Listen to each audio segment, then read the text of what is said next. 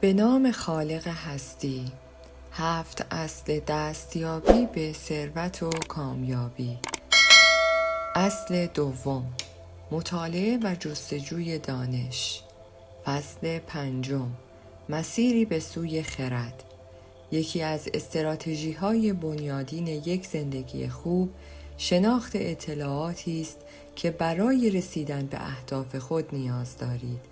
بعد از اینکه دانستید به آگاهی در مورد چه چیزهایی نیاز دارید، دانستن درباره چگونگی به دست آوردن این دانش نیز به شما کمک می‌کند. یکی از بهترین چیزهایی که آقای شفتران روزهای اولیه برای من انجام داد، القای ارزش مطالعه بود. او می گفت اگر می خواهی موفق شوی، درباره موفقیت مطالعه کن. اگر می خواهی شاد باشی، در مورد شادی مطالعه کن. اگر می خواهی پول خوبی به دست بیاوری، راه ثروت اندوزی را مطالعه کن. کسانی که به این اهداف دست می‌یابند به طور تصادفی این چیزها را به دست نمی‌آورند. این موضوع اول به دلیل مطالعه و دوم به دلیل تمرین است. می‌خواهم حدس بزنید که چه تعداد از افراد در مورد ثروت مطالعه می‌کنند. درست حدس زدید. تعداد این افراد بسیار کم است. با توجه به تعداد زیادی از مردان و زنانی که به دنبال ثروت و خوشبختی هستند، ممکن است فکر کنید آنها مطالعه دقیقی درباره این خواسته هایشان دارند. من چرایی این که آنها این کار را نمی کنند در دسته‌ای قرار می دهم که آن را اسرار زندگی می نامم. سالها پیش متوجه شدم که کتاب مقدس شامل برخی از بهترین توصیه هاست. عبارتی در این کتاب شگفت‌انگیز وجود دارد که میگوید جوینده یابنده است. خوب، این راه یافتن دانش جدیدی است که ایده های جدیدی را به وجود می آورد. جستجو کنید. برای پیدا کردن چیزی ابتدا باید آن را جستجو کنید. برای تغییر زندگیتان نیاز به یک ایده عالی دارید. به ندرت چنین ایده هایی به صورت تصادفی در سر راه شما قرار می گیرند. اما اگر جستجویی دقیق برای کشف دانش لازم انجام دهید، اغلب بدون آنکه اصلا انتظارش را داشته باشید، ایده درست به شما نمایان می شود. ضبط گنجینه های دانش. در اینجا یک کلمه بنیادین دیگر وجود دارد که باید در مورد آن تأمل کنید. ضبط کردن. ایده های بزرگ به سرعت و به آسانی فراموش می شوند. این موضوع در مورد آن لحظاتی که زندگی را برایمان ارزشمند می کند نیز صادق است. به همین دلیل مهم است یاد بگیریم چیزهای واقعا مهم را ضبط کنیم. اول باید یاد بگیریم که لحظات خاصی را ضبط کنیم. از یک دوربین استفاده کنید. عکس‌های زیادی بگیرید. پدیده قرن 21 توانایی ضبط یک رویداد در کسری از ثانیه است. چقدر آسان است که این پدیده ها را عادی فرض کنیم. اجازه بدهید درباره تجربه اخیر خودم صحبت کنم. من در طول 3 سال گذشته به یک سمینار سالیانه در تایوان دعوت شدم. در آخرین سفرم برای حضور در یک سمینار آخر هفته‌ای حدود 1000 نفر حضور داشتند. حالا حدس بزنید اگر 1000 نفر آنجا بودند چه تعداد دوربین در اتاق بود؟ درسته، 1000 دوربین. هر کسی دوربینی به همراه داشت تا لحظات، دوستان جدید و تجربیات تازه را ضبط کند. در این سمینار بخش زیادی از وقتم به عکس گرفتن اختصاص داده شد. آیا تا به حال عکس‌های چند نسل قبل را نگاه کرده اید؟ متاسفانه تعداد نسبتاً ضعیفی از آنها وجود دارد، اما آیا شگفت‌انگیز نبود؟ اگر آنقدر عکس داشتیم تا تمام داستان درباره زندگی 100 سال پیش را بیان کنیم، بنابراین نباید اینقدر بی اشتیاق باشد. مطمئن شوید داستان شما از طریق گنجینه‌ای از عکس‌ها و فیلم‌ها باقی می‌ماند. راه دیگری برای ضبط دانش در کتابخانه شخصی شماست. منظورم کتاب‌هایی نیست که برای زیبایی دکوراسیون منزلتان خریده اید. منظور من آن کتاب‌هایی هستند که آنها را زیاد خوانده اید و صفحات آن به دلیل مطالعه زیاد تا خورده‌اند. کتاب‌هایی که شما برای مطالعه انتخاب می‌کنید و زیر نکات مهم آن خط می‌کشید، کتاب‌هایی با یادداشت‌های نوشته شده در حاشیه آن، کتاب‌هایی که در شکل دادن فلسفه ارزش‌های زندگی شما مؤثر هستند. این یک گنجینه است که واقعاً ارزش ضبط کردن را دارد. امروزه و با مفهوم گسترده‌ای که از ارتباطات داریم، این گنجینه همچنین شامل تمام نوارهای کاست و فیلم‌های ویدیویی است که زندگی ما را برای بهتر شدن شکل می‌دهند. این یک میراث ویژه برای فرزندان ماست. در نهایت شما می‌خواهید تمام دانشی را که در طول زندگیتان به دست آورده اید ضبط کنید. به همین دلیل است که شما را به عنوان یک دانشجوی جدی ثروت و خوشبختی تشویق می‌کنم تا از یک دفتر یادداشت به عنوان جایی برای جمع‌آوری تمام ایده‌های سر راهتان بهره ببرید. چیزی که به تدریج ظاهر خواهد شد ایده‌های کسب و کار، ایده‌های اجتماعی، ایده‌های فرهنگی، ایده‌های سرمایه‌گذاری، ایده‌های سبک زندگی، گنجینه‌ای باور نکردنی است. می توانید ارزشمندی این کار را تصور کنید. مطمئناً این گنجینه‌ای با ارزش برایتان خواهد بود. چگونه خرد را کسب کنیم؟ 2 راه برای کسب خرد وجود دارد. یکی از راه‌ها این است که از زندگی خودمان یاد بگیریم. راه دوم مطالعه زندگی دیگران است. تأمل شخصی.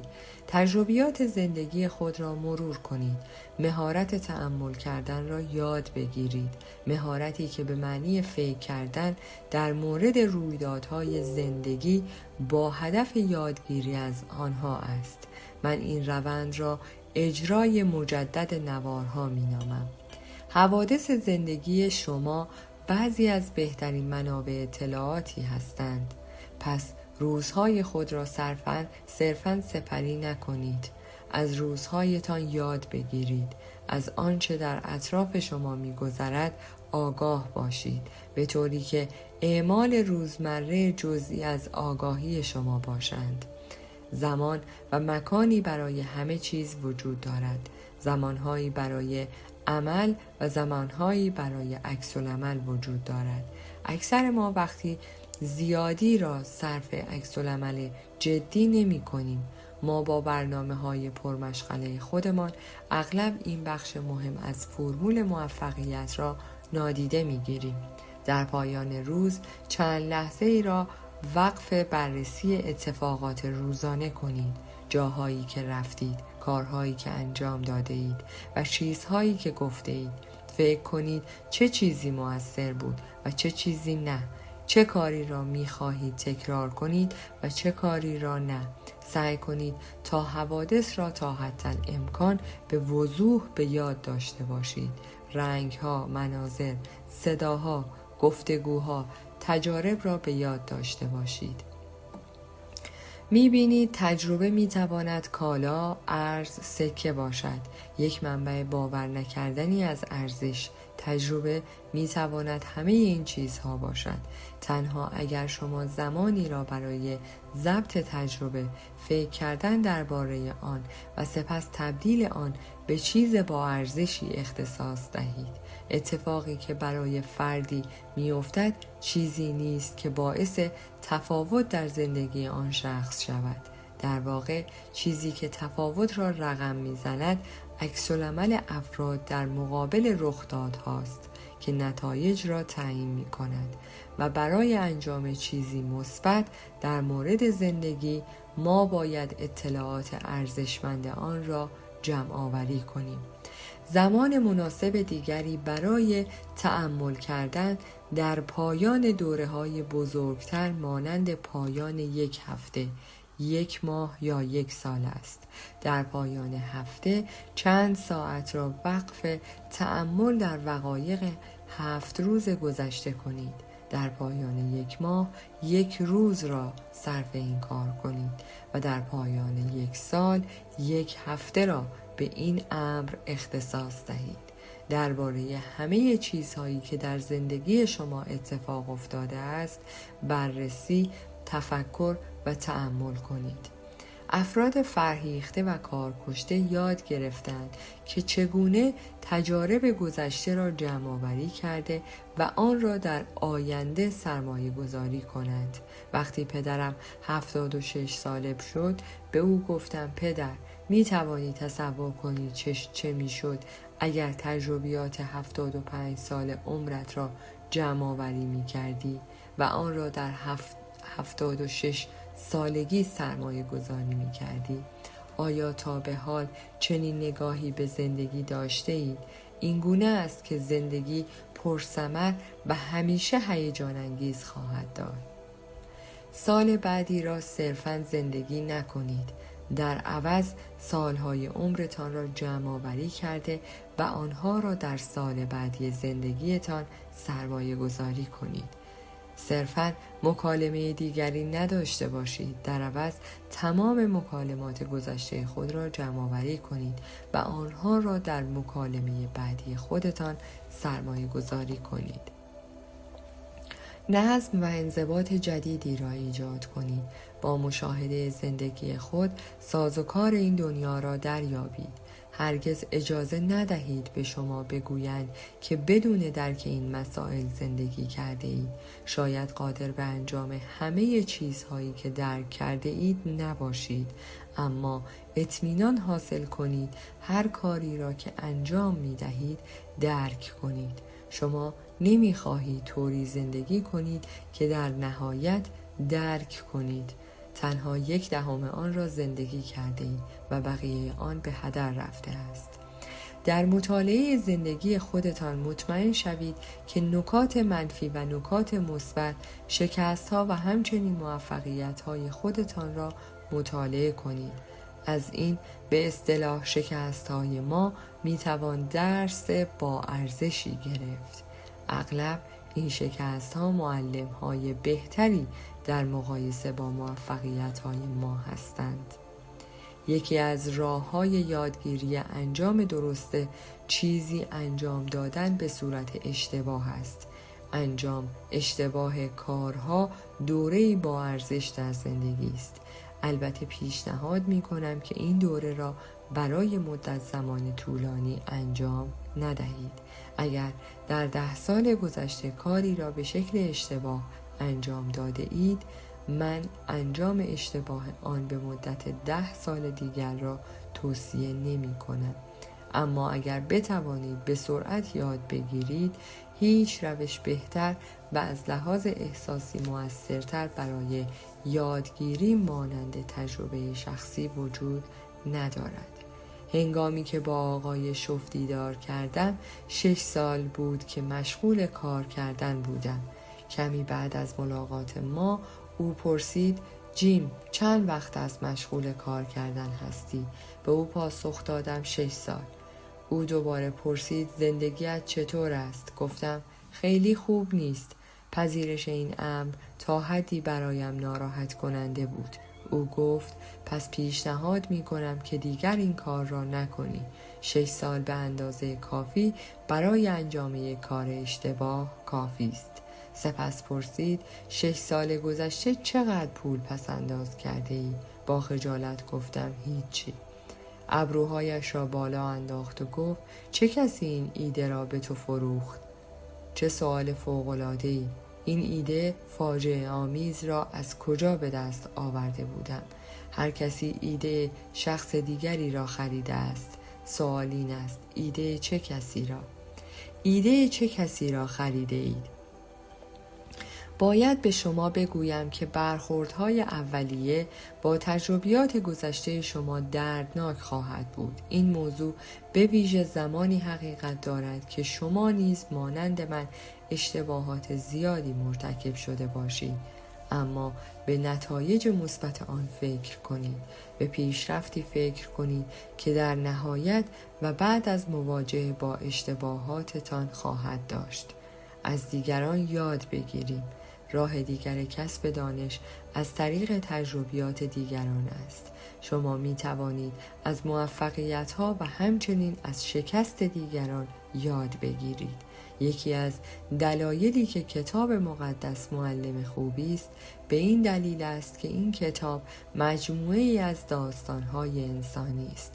گروهی از این داستان‌ها را الگوهای خوب می‌نامند. پیام این دسته این است: آنچه را که این افراد انجام دادند انجام دهید. گروه دیگر این داستان‌ها هشدارها است. پیام این دسته این است: کارهایی را که این انسان‌های ناآگاه انجام داده اند انجام ندهید. چه اطلاعات با ارزشی! اما شاید یک پیام دیگر نیز وجود دارد. اگر داستان شما وارد کتاب شخص دیگری شود، مطمئن شوید که به عنوان الگویی خوب و نه به عنوان یک هشدار استفاده می شود. 3 راه برای یادگیری از دیگران وجود دارد. 1. از طریق آثار منتشر شده مانند کتاب‌ها، نوارهای صوتی و یا فیلم‌های ویدیویی. 2. با گوش دادن به خرد و جهالت دیگران. 3. از طریق مشاهده افراد برنده و بازنده. بیایید هر یک از این روش‌ها را یک به یک بحث کنیم. کتاب‌ها و نوارها. همه افراد موفقی که با آنها دیدار کرده‌ام خوانندگان خوبی بودند. آنها می‌خوانند و می‌خوانند. این کنجکاوی آنهاست که آنها را وادار به خواندن می‌کند. ساده است. آنها مجبور هستند که بدانند. آنها دائما به دنبال راه‌های جدید برای بهتر شدن هستند. این عبارت را به یاد داشته باشید. تمام رهبران جهان خواننده کتاب هستند. زمانی بود که انتشار تنها محدود به مواد چاپی مانند کتاب‌ها بود، اما امروز ما می توانیم از طریق معجزه انتشار الکترونیکی نیز یاد بگیریم. هر دوی این روش‌ها برای به دست آوردن دانش عالی هستند. بسیاری از افراد پرمشغله را می شناسم که در زمانهای خالیشان از محصولات صوتی استفاده می کنند. به عنوان مثال، آنها اغلب هنگام رانندگی در اتومبیل خود به این فایل های صوتی گوش می دهند. گوش دادن به کاست ها یک راه آسان برای به دست آوردن ایده های نوآورانه و مهارت های جدید است. آیا می دانید هزاران کتاب و نوار وجود دارد در مورد اینکه چگونه قوی‌تر، قاطع‌تر، سخنران بهتر، رهبری مؤثرتر و عاشقی بهتر باشیم؟ کتاب‌ها و نوارهایی در مورد اینکه چگونه تاثیرگذاری بیشتری داشته باشیم، چگونه همسری خوب پیدا کنیم، چگونه فرهیخته‌تر شویم و چگونه کسب و کاری را شروع کنیم و هزاران موارد از این دست. و با این حال بسیاری از مردم از این ثروت دانش استفاده نمی کنند. این را چگونه توضیح می دهید؟ آیا می دانید که هزاران نفر از مردم موفق داستانهای الهام بخش خود بر روی کاغذ آورده اند و هنوز مردم نمی خواهند آنها را بخوانند؟ این را چگونه توضیح می دهید؟ من حدس می زنم دوست ما آدم پرمشغله است. این دوست ما میگوید من جایی کار میکنم که بعد از اتمام کار دیر وقت به منزل برسم. باید چیزی برای خوردن داشته باشم. کمی تلویزیون تماشا کنم تا آرام شوم و بعد به رخت خواب بروم. نمیتوانم تا نصف شب بیدار بمانم و بخوانم و بخوانم و بخوانم. و این مردی است که نتوانسته از صورت حسابهایش را پرداخت کند. او یک کارگر خوب، یک کارگر سخت کوش و یک کارگر صادق است. شما می توانید صادق باشید و تمام زندگیتان سخت کار کنید، اما در نهایت ورشکسته، گیج و خجالت زده باشید.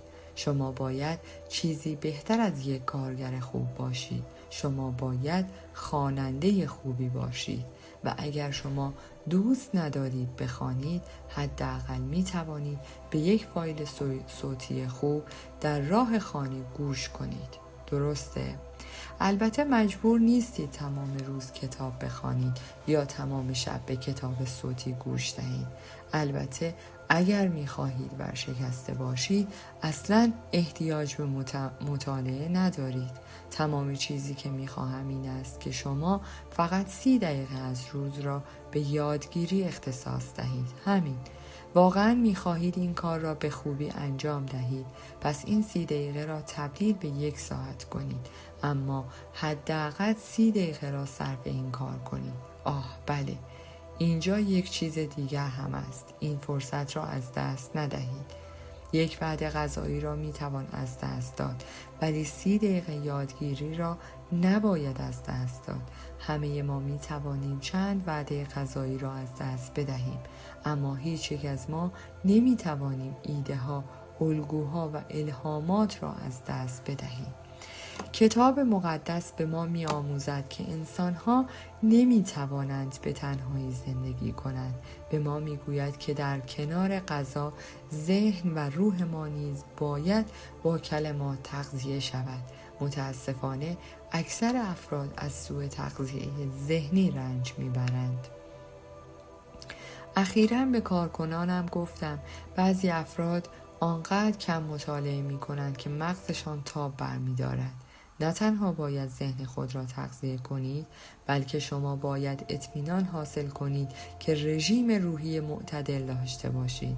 ذهنتان را تنها با چیزی ساده تغذیه نکنید.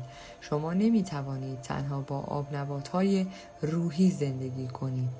به زمان مطالعه کردن خودتان به عنوان بهره برداری از گنجینه ایده ها فکر کنید و اگر کسی بهانه خوبی برای به بهره نبردن از گنجینه ایده ها برای حداقل 30 دقیقه در روز یا سرمایه گذاری نکردن کمی پول برای کسب دانش دارد، من مایلم این بهانه را بشنوم.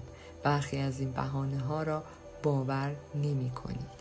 برای مثال من می گویم جان، من معدن طلا دارم. من طلای زیادی دارم و نمیدانم با آن چه باید بکنم. باید شروع به حفاری آن کنم. جان پاسخ میدهد اما من بیل ندارم. خب جان، برو بیرون و یکی برای خودت پیدا کن. اما میگوید آیا میدانی این روزها خرید بیل چقدر پول میخواهد؟ پول را سرمایه گذاری کنید. کتاب‌ها و کتاب‌های صوتی مورد نیاز برای تحصیلات خودتان را تهیه کنید. وقتی بحث سرمایه گذاری در آینده بهتر خودتان است، خسیس نباشید. آقای شوف در ابتدا مرا مجبور به سرمایه گذاری در کتاب کرد. او گفت خودآموزی کن. آموزش عادی نتایج عادی را به ارمغان می آورد. رقم‌های درآمد افراد با تحصیلات عادی را بررسی کن و ببین این چیزی هست که می‌خواهی. اگر نیست، اگر تو خواستار بیش از حد متوسط هستی، باید خودآموزی کنی. شروع به ساختن کتابخانه‌ای کردم و امروز من یکی از بهترین کتاب‌ها را دارم. آقای شوف برای شروع به کار من چند کتاب را پیشنهاد کرد. کتابخانه من شامل 66 کتاب است. والدینم متوجه شدند که من با آنها ارتباط بهتری دارم و بنابراین تصور می کنم که شروع خوبی داشتم. اما او همچنین اصرار داشت که کتاب بیندیشید و ثروتمند شوید. نوشته ناپل اون هیل را تهیه کنم. اگر تا به حال این کتاب را نخوانده اید، پیشنهاد می کنم همین الان برای خریدن آن اقدام کنید. آن کتاب را چندین بار خواندم، زیرا نیاز داشتم این کار را انجام دهم. آقای شوف گفت مادر مهارت‌ها تکرار است. با توجه به حساب بانکی من نیاز به مهارت زیادی داشتم. هنگامی که به گذشته نگاه می کنم، اطلاعات داخل آن کتاب ها $10,000 برای من ارزش دارند، در حالی که من آنها را با هزینه خیلی کمی تهیه کرده بودم. این درس قدرتمندی را به من آموخت. تفاوت بسیار بزرگی بین هزینه و ارزش وجود دارد. قبل از اینکه با آقای شوف آشنا شوم، همیشه میپرسیدم قیمتش چنده، اما او به من آموخت که بپرسم ارزشش چقدر است. وقتی شروع به ساختن زندگیم بر پایه ارزش به جای قیمت کردم، همه نوع اتفاقی برایم رخ داد. به یاد داشته باشید شما همان کسی هستید که میخوانید. وقتی با کسی دیدار می کنم، یکی از اولین چیزهایی که انجام می دهم این است که به کتابخانه‌اش نگاه می کنم. من با بررسی کتاب و مجموعه نوارهای فرد بیشتر به شخصیت وی پی می برم تا به واسطه مکالمه های بی هدف. اغلب یک کتابخانه یا فقدان آن به من میگوید که تفکر فرد چگونه است و اینکه فرد آیا اصلا فکر می کند یا نه. انتخاب کتاب‌ها و نوارها افکار، امیال و ارزش‌های فرد را نمایان می‌سازد. کتابخانه شما چه چیزی در موردتان می‌گوید؟ می‌بینید خواندن کتاب نوعی اوقات فراغت تجملی نیست، بلکه کاری ضروری برای کسانی است که می‌خواهند رشد کنند. بنابراین مانند برخی از دوستانم نباشید که باور داشتند با فارغ التحصیلی از دبیرستان یا کالج دیگر نیازی به مطالعه نخواهند داشت. شروع به خواندن کنید و به ویژه کتاب‌هایی را بخوانید که به شما کمک می‌کند تا پتانسیل درونی خود را آزاد کنید. آیا تاکنون در مورد تمام کتاب‌هایی که باید بخوانید فکر می‌کنید؟ خب پس خبرهای خوبی برایتان دارم. شما مجبور نیستید تمام این کتاب‌ها را به صورت همزمان بخوانید. سعی کنید در هفته دوم کتاب بخوانید و اگر به نظر میرسد 2 کتاب در هفته زیاد است، 2 کتاب کم حجم را برای شروع انتخاب کنید.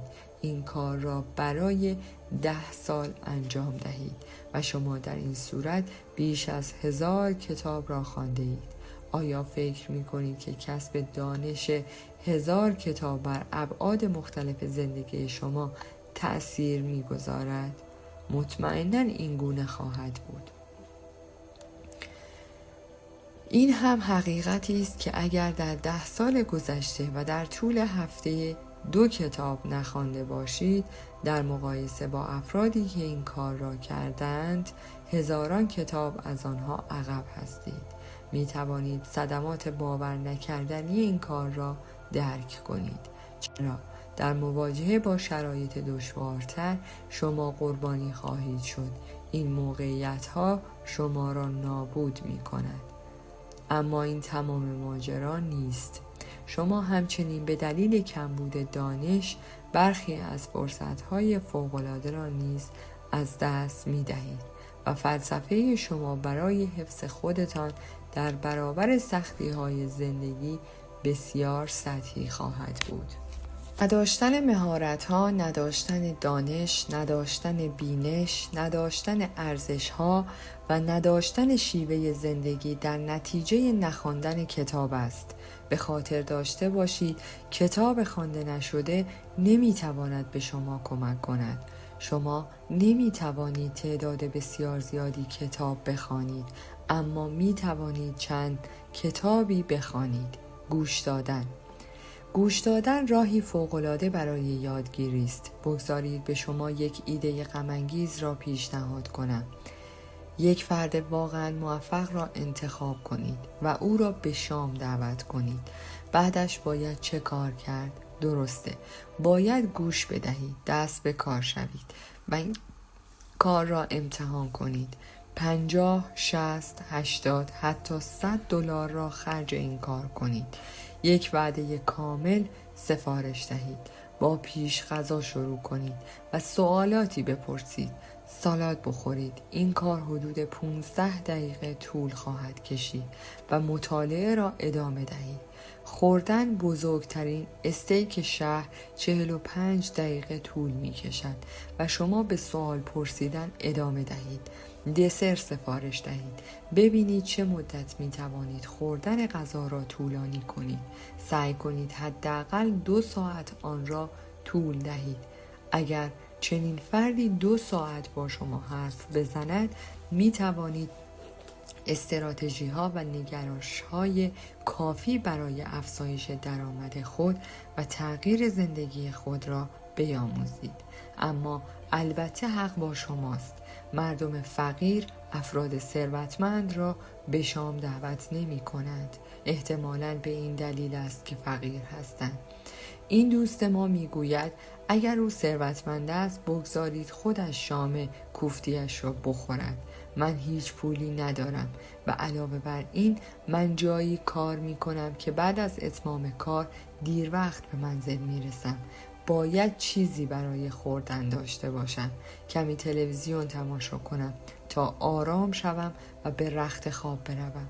نمی توانم تمام وقت خود را صرف پیدا کردن مردی ثروتمند کرده و او را دعوت به غذا خوردن کنم و این مردی است که نتوانسته است صورت حسابهایش را پرداخت کند. او یک کارگر خوب، یک کارگر سخت کوش و یک کارگر صادق است. شما می توانید صادق باشید و تمام زندگیتان سخت کار کنید، اما در نهایت ورشکسته، گیج و خجالت زده باشید. شما باید چیزی بهتر از یک کارگر خوب باشید. شما باید شنونده خوبی باشید. مشاهده. راه سوم برای یادگیری از دیگران مشاهده کردن است. ببینید مردم موفق چه کاری انجام می دهند. چرا؟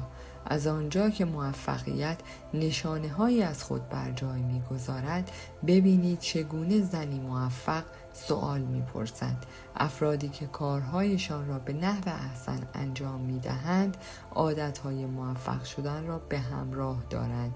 آنها الگوهایی از رفتار برنده را ایجاد می‌کنند. درست همانطور که فردی سرگردان الگوهای رفتاری بازنده را ایجاد می کند. می خواهید ترقی کنید؟ به افراد بالاتر از خودتان نگاه کنید. می خواهید به اندازه فردی دیگر ثروتمند شوید؟ مشاهده کنید که او چگونه پول و شیوه زندگی خود را مدیریت می کند. یکی از دلایل خوب برای شرکت در سمینارهایی که توسط افراد موفق ارائه می شود به این دلیل است که شما می توانید آنها را مشاهده کنید. هیچ کتاب یا فایل صوتی صرف نظر از اینکه چقدر ادامه داشته باشد نیست. به همین دلیل است که فیلم‌های ویدیویی ابزار فوق‌العاده‌ای برای ارتباط کامل هستند. بنابراین یک مشاهده کننده خوب باشید. هیچ سرنخی را از دست ندهید که می تواند زندگی شما را به شکل بهتری تغییر دهد. سرمایه گذاری در آینده.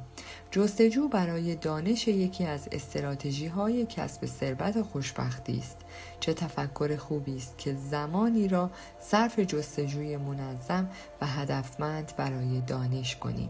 اما در پس هر چیز ارزشمندی بهایی باید پرداخت و این متاسفانه باعث می شود برخی از افراد دست بکشند.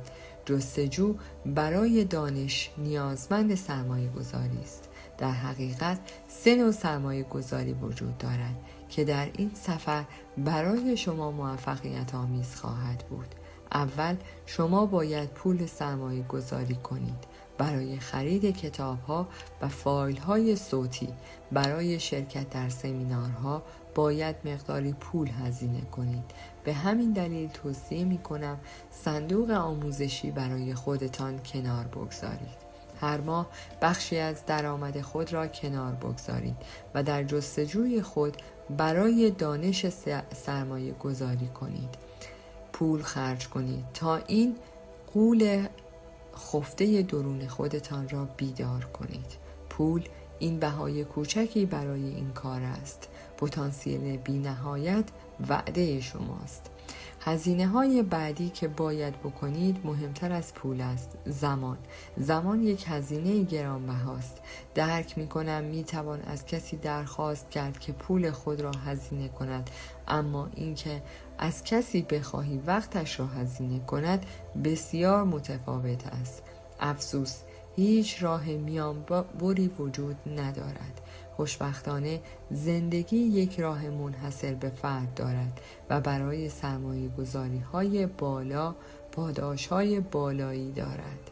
سرمایه گذاری در زمان می تواند کاتالیزوری برای موفقیت های بزرگ باشد. در نهایت شما باید روی تلاش کردن سرمایه گذاری کنید. در یادگیری جدی برخلاف یادگیری های عادی نیاز به تلاش بسیار زیادی دارید. در هر کاری که انجام می دهید خودتان باشید. مشاهده کنید، بخوانید و دیگران را مشاهده کنید. شدت تلاش های شما تأثیر زیادی بر مقدار دانشی است که کسب می کنید خواهد داشت. یک ذهن متمرکز شبیه یک تیر ذهنی است که به هدف می‌خورد و برای اینکه تا این حد متمرکز باشید تلاش متمرکز بیشتری را باید انجام دهید. این تلاش با ارزش است، زیرا دریاچه‌هایی را به سمت ایده‌های عالی باز می‌کند. ایده‌هایی که می‌توانند با جادویی خاص خود را به ثروت و خوشبختی نزدیکتر کنند. در پایان از شما دوستان عزیزم میخواهم برای حمایت بیشتر ما کانال ما را به دوستان خود معرفی کنید. برای انرژی بیشتر ما رو لایک کنید و برای ادامه پرقدرت‌تر سابسکرایب. تا درودی دیگر، درود و 200 بدرود.